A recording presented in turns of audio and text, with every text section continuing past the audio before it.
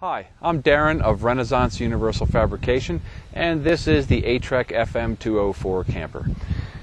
It's built on the FM260 Mitsubishi Fuso Class 6 medium-duty truck. This particular model is a 2007, built with a 2006 model year engine. That makes the project special because this engine has no ultra-low sulfur diesel requirement and thus can be fueled in any country, on any continent, anywhere in the world. What I'd like to do in this first of two videos is focus on the outside of this vehicle. Here on the curb side, the passenger side, you'll find a very large 36-inch storage compartment that's bolted to the side of the frame. You also have the muffler and air system for the brakes, and you'll find right here an air outlet for attaching an air hose for filling the tires or running air tools. Under the entry door is a 3-cylinder diesel 7,500 watt generator. It is, of course, remote start capable. You can fire this up from inside the vehicle without ever opening the door. In the back here is another storage compartment. I like to keep all chemicals and fluids for the vehicle that could potentially leak and stink or stain outside of the vehicle underneath the floor, so you never have to worry about there being transmission fluid leaking on your floor or antifreeze spilling inside your camper. And on the driver's side, you'll find two 50-gallon fuel tanks. These are factory fuel tanks. The small S-bar heater is up front here. It's a 17,000 BTU diesel-fired furnace that is plumbed hydronically, hot water, engine coolant more precisely, into the heating system of the camper that's also shared with the heating system, the cooling system, I should say, of the engine, so that when you drive down the road, the engine can heat the camper, and also when you're camping at night and running your S-bar furnace, or in the morning, you can actually preheat your engine off of that. It's interesting to note that hot water, domestic hot water, is also heated by engine coolant or hot coolant created by the S-bar. There's a small ball valve here which is used to isolate the truck engine from the camper for summertime use when you really don't want hot coolant circulating through the camper. Here we have your chassis batteries, two factory chassis batteries. There's also a propane tank here, external propane tank. And next to this propane tank is an outlet for the gray water. And at the rear of the driver's side is the access door for the Thetford cassette toilet, and another identical box that you'll find on the other side. This one I use to store freshwater fill hose, the shore power cable which attaches to the vehicle right here. It's also convenient for the hose to be in the back there because your freshwater fill is located near the front, and all the water access for plumbing is also in the front here.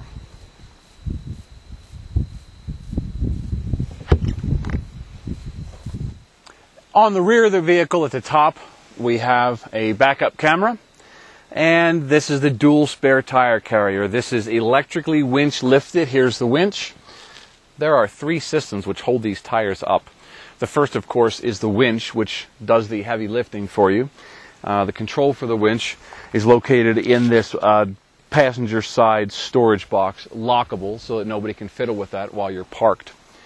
Once this rack, this carriage down here is in place, there are two hitch pins that fit in under here that prevent this from falling down, so you're not just relying on the 5/16 cable that holds this in place.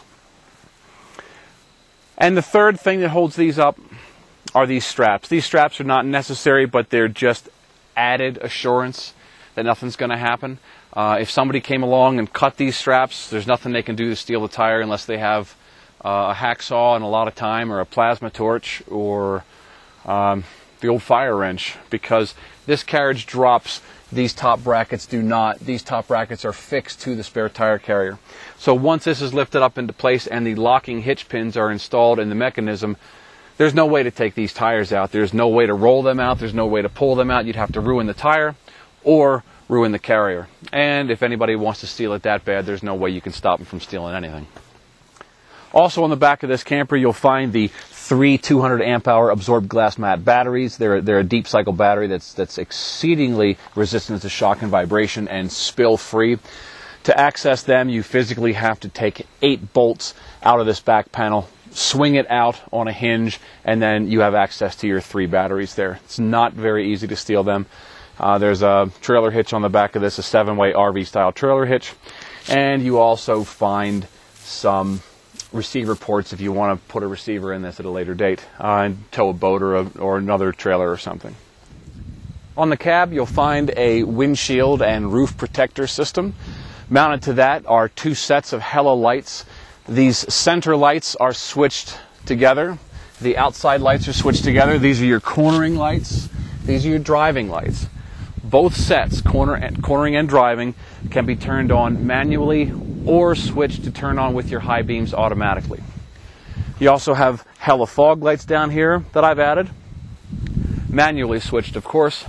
And on either side of the cab, at the back of the roof rack, you'll find side work lights that help you find a camping location or negotiate a tight road where you might find a cliff on one side or another.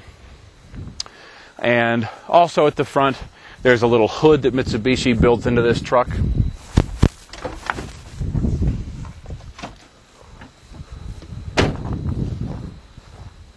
Under this small bonnet, you find your coolant reservoir, a convenient place to add oil to the engine without raising the cab, windshield washer, and some things that I've added here, a series of relays for the auxiliary lighting and a 60 amp master fuse for that, so if anything goes wrong with the lights, you don't cause any problems with the rest of your vehicle. And here's a view of the roof. This is the powered vent fan in the bathroom, the air conditioner, another vent fan, the galley powered vent fan, which is thermostatically controlled, 2 130 watt solar panels, and the passive Bowmar marine hatch in the bunk area. The box itself is isolated from the chassis through my own torsion-free design. At the front are 2 mounts identical to this, and at the back of the vehicle is 1 pivot point located centrally in the frame. These disc brakes are located on the front and rear axle, and each axle is rated for 34,000 pounds of stopping power for a cumulative 68,000 pounds of stopping ability. That's not too bad for a vehicle that weighs 21,000 pounds loaded. Now I'd like to show you how simple it is to access the engine on this cab-over-engine configuration chassis. There's no decoupling of any boots between the camper and the cab. You simply follow the factory procedure, pull a pin out, pull this lever down, and pull this handle which releases the back of the cab.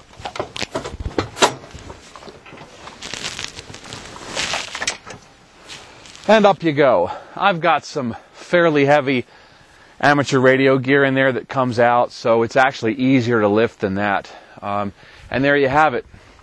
Total access to your engine for oil changes and other routine maintenance. And to release the cab and put it back in the latch position, you remove 1 brace under here, carefully drop it down, throw the handle, put the safety key in, and you're ready to go. And if you haven't done that right, Mitsubishi has a safety switch on there that'll prevent the starter from engaging. So let's see if we did that right. This is a cold start. It's not very cold today. It's about 70 degrees here in Wyoming. But let's fire this thing up.